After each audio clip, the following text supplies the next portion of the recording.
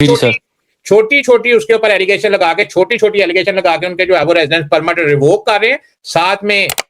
मेरा कज़न है, तो वो स्वीडन के लिए, आपको पता है कि आजकल स्वीडन की, पाकिस्तान में स्वीडन और फ़िनलैंड की काफ़ी हवा चल रही है। लेकिन आपकी जो वीडियोज़ देखते हैं, उसमें ये चीज़ है कि बेटा, अगर आप इधर सेटलमेंट के लिए आ रहे हो, तो पर्पज़ के लिए आप आ रहे हो, वो स्टडी है आपकी। आप स्टडी छोड़ के तो आप कहीं और किसी भी शेंजन कंट्री में मूव अप नहीं हो सकते। क्योंकि आपने कहा था वो सिस्टम सारा, क्योंकि आपकी थॉरोली सारा जो है ना, वो हम देखते हैं, मतलब कि रीड करते हैं, सुनते हैं। लेकिन सर अब ये चीज़ है, आप मुझे ये गाइड कीजिएगा कि अगर वो आते हैं तो स्टडी को कंटिन्यू रखते हुए क्या पुर्तगाल में जो आर्टिकल 92 है, सेटलमेंट के लिए कोई ऐसी ऑप्शन बन सकती है? क्योंकि वो डिपेंडेंट अपना साथ लेके आ रहे हैं, दो, मतलब कि मेरा कज़न है और वो उसका डिपेंडेंट बन के आ रहा है अपनी वाइफ का। और सर उधर की चेक रियलिटी क्या है? जॉब क्या, कैसी कैसी, मतलब कि जॉब मिल सकती है इजीली वे में, या मतलब क्या सीन है? मतलब कि इधर तो ये है ना कि बस पाकिस्तान से बस यही होता है कि हम चले जाएं, बस उधर जाके जॉब्स है, सारा कुछ है, सेटलमेंट होगी, फिर आपकी फैमिली बुला लेंगे, ये कर लेंगे, वो कर लेंगे। लेकिन सर जो रियलिटी चेक है वो बताइएगा, और सेटलमेंट का बताइएगा। पाकिस्तान में जब बंदा होता है ना, तो पाकिस्तान में बंदे को सिर्फ यही बड़ा शौक होता है कि भी मैं यूरोप में जा रहा हूँ, ठीक जी है। सर। और ये जब यूरोप में जब पहुंचते हैं तो यहाँ पे आके उनको पता चलता है कि भी पैसे जो हम पाकिस्तान से लगाए थे वो तो हमने लगा लिए। कैलकुलेशन भी उसी चीज की थी कि पाकिस्तान में आके ये जेन में होता है कि हमने जो है वो 40 लाख रुपया लगाना है और हमने जो है वो यूरोप में लैंड कर जाना है। यूरोप में गए, वहां पे जाके सेटलमेंट भी हो जानी है, वहां पे पेपर भी मिल जाने हैं, स्वाने खाब। और फिर हम पता वहां पे क्या सोच रहे थे, वहां पे हमें जो बहन मिलने के लिए आई भी होती है उन्होंने कहते तू रो ना, मैं तेनों भी उथे बुला लांगा। भरा ਨੂੰ ਵੀ ਅਸੀਂ ऐसे ਕਹਿ ਰਹੇ ऐसे ਹੁੰਦੇ ਆ ਕਿ ਤੂੰ ਵੀ ਪਰੇਸ਼ਾਨ ਨਹੀਂ ਹੋਣਾ, ਤੈਨੂੰ ਵੀ ਉੱਥੇ ਬੁਲਾ ਲਾਂਗਾ। ਨਾਲ ऐसे ਆਪਣੀ ਸੱਸ ਨੂੰ ਵੀ ਕਹਿ ਰਹੇ ਹੁੰਦੇ ਆ, ਨਾਲ ਸਾਲਿਆਂ ਸਾਲੀਆਂ ਨੂੰ ਵੀ ਅਸੀਂ ਕਹਿ ਰਹੇ ਹੁੰਦੇ ਆ ਤੁਸੀਂ ਵੀ ਪਰੇਸ਼ਾਨ नहीं होना। जिदन मैं चले गया सब नालों पहले मैं सालियां ਨੂੰ बुलवाना है उथे। तो बात ऐसे करने का मकसद ये है, जब आप यहाँ पे आते हैं तो फिर आपके जो चीजें हम आपको बताते हैं वो हम आपको ये बताते हैं कि यहाँ पे जो चीजें हैं वो डिफरेंट है। जैसे ही आप यहाँ पे लैंड करते हैं, आप 2 सेमेस्टर की फीस जमा करवा के आते हैं 1 साल के लिए। अगर आप यहाँ पे मास्टर करने के लिए आते हैं तो आते ही आपके सर के ऊपर जो पहली तलवार खड़ी हुई होती है वो आपने अगले थर्ड जो है वो, अगर आपका जो 2 सेमेस्टर का, अगर आपका 4 सेमेस्टर का अगर आप मास्टर है, 2 साल का मास्टर है, तो 1 साल की आपने फीस जमा करवाई। जैसे ही आप यहाँ पे थोड़े से पल पुर्जे अपने निकालने की कोशिश करते हैं, थोड़ा सा हिलते जुलते हैं, तो आपका 1 साल जो है वो गुजर जाता है। तो साथ ही यूनिवर्सिटी जो है वो आपसे अगले 14-15 हजार यूरो का जो है वो तकाजा करना शुरू कर देती है। जबकि आप अभी अपने पांव पे खड़े होना तो बड़ी दूर की बात है, अभी तक आपका बुखार ये नहीं उतरा हुआ होता कि हमने घर का किराया कैसे देना है, यहाँ पे जो है वो ग्रोसरी कैसे पूरी करनी है, यहाँ पे हमने कपड़े कैसे लेने हैं, यहाँ पे हमने जो है वो सिमें कैसे लेनी है, यहाँ पे हम नेट जो है वो कैसे हमने ऑर्गेनाइज करना है। अभी आप इन चीजों से बाहर नहीं निकलते तो दूसरी साल की यूनिवर्सिटी की जो फीस है वो आपके सर के ऊपर होती है। और 14-15 हजार जो आपने वहां पे एग्रीमेंट किया हुआ था वो आपने पे करना होता है कि अगले सेमेस्टर की जो फीस है 6-7 हजार यूरो वो भी आपने जमा करवानी है। इसके अगेंस्ट स्वीडन की बात कर रहे हैं, फिनलैंड की बात कर रहा हूं। ये वीडियो हम इसीलिए रिकॉर्ड करते हैं और रिकॉर्ड करके हम अपने सोशल मीडिया पे लगाते हैं ताकि अगर आपको ये लगे कि अनैत भाई जो है वो आपको जो है वो किसी किस्म की चीज से डरा रहे हैं, तो वहां पे जितने भी लोग बैठे हुए हैं जो ये वीडियो देखते हैं वो इस वीडियो के नीचे कमेंट करें, वो बताएं आपको कि ये जो बंदा यहाँ पे बैठ के आपके साथ सरकबाई कर रहा है, ये बंदा ठीक कह रहा है, ये बंदा जो है वो ऐसे ही आपके साथ जो है वो टाइम वेस्ट कर रहा है या आपको जो है वो दिल बर्दाश्त कर रहा है। मेरा काम मकसद है आपको सिर्फ रियलिटी चेक बताना।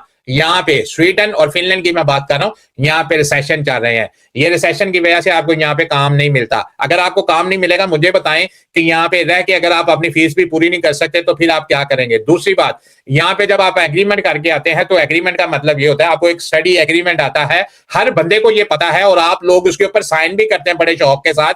आपको एक पीडीएफ फाइल आती है, आप उसकी टक टक टक करके आप उसके प्रिंट निकालते हैं और आंखें बंद करके आप जो है वो कंसल्टेंट के कहने के ऊपर आप उसके ऊपर साइन कर देते हैं। उसके ऊपर लिखा हुआ होता है कि स्टडी मुकम्मल करने के बाद आपने अपने मुल्क में जाना है। जिस वक्त आप इन 2 मुल्कों में आते हैं, फिनलैंड की मैं बात नहीं करता लेकिन मैं स्वीडन की मैं 100% बात करता हूं, लोग इस चीज की तस्दीक करेंगे कि अनैत भाई ठीक कह रहे हैं, हमारे नाम स्टडी मुकम्मल ना करने की वजह से हमारे नाम जो है वो शेंजन इंफॉर्मेशन सिस्टम में आए हुए हैं। अगर आप एग्रीमेंट पूरा नहीं करते तो वो उसी वक्त सबसे पहला जो काम करते हैं, आपका रिकॉर्ड जो है वो यूरोप में खराब कर देते हैं। पूरे यूरोप में आपको किसी जगह पे पेपर नहीं मिलते। इसलिए रिसेशन हो चलने की वजह से यहाँ की गवर्नमेंट की, यूरोप में वाहद एक स्वीडन मुल्क है, अगर आप गूगल के ऊपर एक लिखेंगे कि which country offered permanent resident against money to leave the country, ये लफ्ज जो है वो अगर आप गूगल में लिखेंगे, सबसे पहले आपको जो है वो उसके अंदर स्वीडन नजर आएगा कि स्वीडन आपको जो है वो मनी के अगेंस्ट आपको पैसे पे करता है, जो आपने वहां पे टैक्स पे किया हुआ है, वो कहते हैं जी आप अपना टैक्स भी यहां से लें और get out from our country. वो ये गेट आउट वाला लफ्ज नहीं कहता, लेकिन आपसे रिक्वेस्ट कर रहा है कि आप अपना टैक्स का पैसा जो आपने हमें टैक्स दिया हुआ है, आप हमसे टैक्स लें, वापस चले जाएं अपने मुल्क में।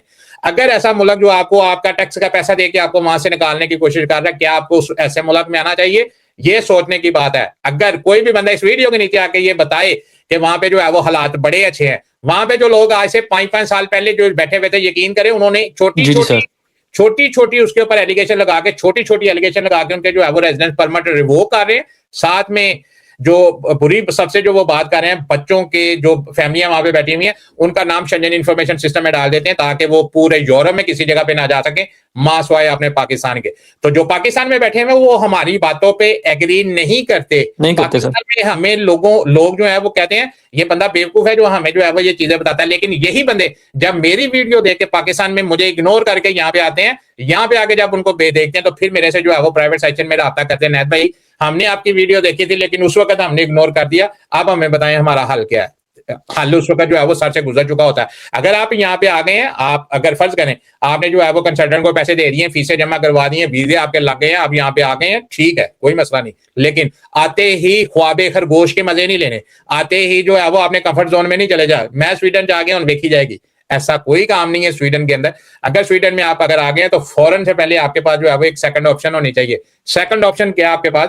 अगर आपके पास जो है वो आप पढ़े लिखे हैं, आपके पास जो है वो बैचलर की डिग्री है, आप जर्मनी में आ सकते हैं। अगर आपने बैचलर की डिग्री जो है वो लास्ट 3 ईयर में की है, आप जो है वो नीदरलैंड में जा सकते हैं। अगर आप जो है वो वहां पे आए हैं, आपके पास 2 साल के पढ़ने के पैसे हैं, आप स्पेन में जा सकते हैं। अगर आप वहां पे आए हैं और आते ही आपकी नजर में ये वीडियो आ गई है और आपको अपनी रियलिटी का पता चल गया है कि आपने जो है वो गलत डिसीजन ले लिया है, तो आपको जो है वो फौरन से पहले पुर्तगाल वाला काम जो है वो स्टार्ट कर देना चाहिए। एक बंदा यहाँ पे रहे, एक बंदा वहां पे चले जाए और वहां पे जाके पेपर बनवाना शुरू कर दे। ये सबसे सेफेस्ट वे होते हैं, क्योंकि जिस वक्त आपने यहाँ पे इनकी स्टडी मुकम्मल नहीं की या स्टडी मुकम्मल करने के बाद आप अपने मुल्क वापस नहीं गए, ये सबसे पहले आपको कुछ नहीं करेंगे, ना ही ये आपके घर में आएंगे, दरवाजा खटखटाएंगे, चलो जी बाहर निकलो। ये सिर्फ ये करेंगे, आपका सिस्टम में नाम डाल देंगे, आपका नाम खराब कर देंगे, आपको कोई और मुल्क पेपर नहीं देगा। लेकिन नाम खराब होने से पहले अगर आपके पास किसी और मुल्क का टीआरसी आ गया, फिर ये आपका कुछ भी नहीं बिगाड़ सकते।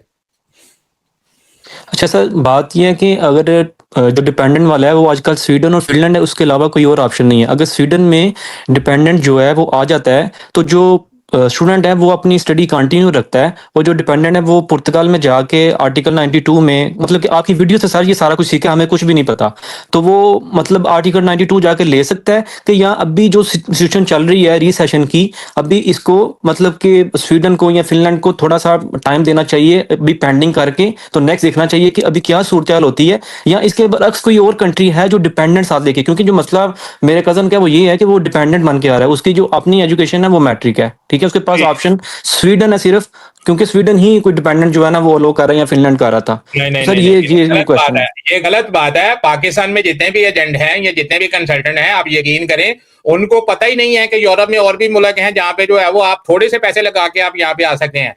मैं अभी आपको 2 मुल्क बताता हूं, आप अपनी कैलकुलेशन करके देखिएगा। अगर आप जो है वो स्वीडन में आने के लिए 10 से 14,000 यूरो लगा के आते हैं, मैं आपको बताता हूं स्लोवेनिया में हम बच्चे बुलवा रहे हैं, स्लोवेनिया में फैमिली के साथ, हमने लिथुआनिया में बच्चे फैमिलियां बुलवाई हैं, 4-4 बच्चों के साथ टोटल 6,000 यूरो खर्चा आया है, हमने बुलवाई है। हमने स्लोवेनिया में फैमिली बुलवाई है, बड़ी बड़ी फैमिलियां बुलवाई हैं, स्लोवेनिया में 4 से 5,000 यूरो उनकी जो है वो फीस जमा करवाई है। बात ये है कि ये जो पाकिस्तान में फसली बटेरे बैठे हुए होते हैं उनको यहाँ का नहीं पता, हम यहाँ पे बैठे हुए हैं, हमें यहाँ पे पता है कि यूरोप में और भी कंट्रीज हैं जो आपको जो है वो डिपेंडेंट अलाउ करती हैं। लेकिन अगर आप ये कहते हैं कि आपकी जिंदगी भी आसान हो जाए, आपके पैसे भी थोड़े लगे, आप यूरोप में पहुंच जाए और ऐसे मुल्क में आए जहां से आप जो है वो कोई स्किल सीख के जल्दी से जो है वो किसी अच्छी कंट्री में आ जाए, तो हमेशा से स्लोवेनिया को चूज करें या लिथुआनिया को चूज करें। मेरे जितने भी स्टूडेंट्स हैं, ये जितनी भी फैमिलीज मेरे पास हैं, ये जितनी भी फैमिलीज को हमने जो है वो गाइड किया है या जितनी भी फैमिली को हमने कंसल्ट किया है, वो फैमिली जो है वो इस वक्त इस प्रोसेस में है कि अगले 2-3 महीने में वो जो है वो जर्मनी में आने के लिए तैयार है। वजह क्या है कि अगर आप फिनलैंड में आते हैं तो वहां पे लाइसेंस आपने करना है तो फिनिश में करेंगे। ये चीजें जो पाकिस्तान में एजेंट बैठे हुए हैं उनको नहीं पता, वो ना कभी यहाँ पे आए हैं, ना यहाँ के सिस्टम्स का उनको पता है। हम यूरोप में रहते हैं, हमने यूरोप एक्सप्लोर किया हुआ है, हमने यूरोप में काम किए हुए हैं, हमें पता है कि कौन से मुल्क में क्या काम है। अगर आप स्वीडन में आते हैं, स्वीडिश में आपको जो है वो बस का लाइसेंस करना पड़ेगा, स्वीडिश में आपको कार का लाइसेंस करना पड़ेगा, स्वीडिश में आपको जो है वो प्रोफेशनल जो सर्टिफिकेट होता है बस का वो स्वीडिश में करना पड़ेगा। जब तक आप वहां पे स्वीडिश सीखेंगे नहीं, आप ये काम नहीं कर सकते। इसी तरह फिनलैंड में है, अगर आप वहां पे जाते हैं, वहां पे जब तक आपको फिनिश नहीं आएगी, आप you can do nothing there. क्यों? कि आपके पास वहां पे जो है वो आपको लैंग्वेज नहीं आती। जब तक आपके पास लैंग्वेज नहीं होगी आप कुछ नहीं कर सकते। इसके अगेंस्ट जहां पे हम कह रहे हैं, आप स्लोवेनिया में आए, आते ही आप जो है वो 1 हफ्ते के अंदर अंदर 10 दिन के अंदर अंदर गाड़ी का लाइसेंस ले, वाई क्योंकि इंग्लिश में करवाते हैं। वहां पे आप 1 हफ्ते में लाइसेंस करें, अगले 3 हफ्तों में आप बस का लाइसेंस करें, अगले 2 हफ्तों में आप वहां पे कोड 95 करें। विद इन 3 मंथ या 2 मंथ जो है वो आपके पास ये प्रोफेशनल एक डिग्री आ गई। डिग्री से मुराद आपके पास एक प्रोफेशन आ गया जिसकी इस वक्त जर्मनी में डिमांड है। वहां से बैठ के अप्लाई करें, जर्मनी में आ जाए, यहाँ पे आके 2,500-3 हजार रुपया कमाए, 5 साल के अंदर पीआर मिलेगी, 6ठे साल में आपको पासपोर्ट मिलेगा। ये चीजें आपको पाकिस्तान में कोई बताएगा? किसी को पता होगा तो बताएगा। क्यों? कि वो यहाँ पे आके रहे ही नहीं, उनके पास यहाँ पे उन्होंने यहाँ पे मारे नहीं खाई, उन्होंने यहाँ पे आके मेहनतें नहीं की, उनको यहाँ के सिस्टम का क्या पता। वो अगर मेजोरिटी जो कंसल्टेंट है उनके तो अपने वीजे रिफ्यूज है।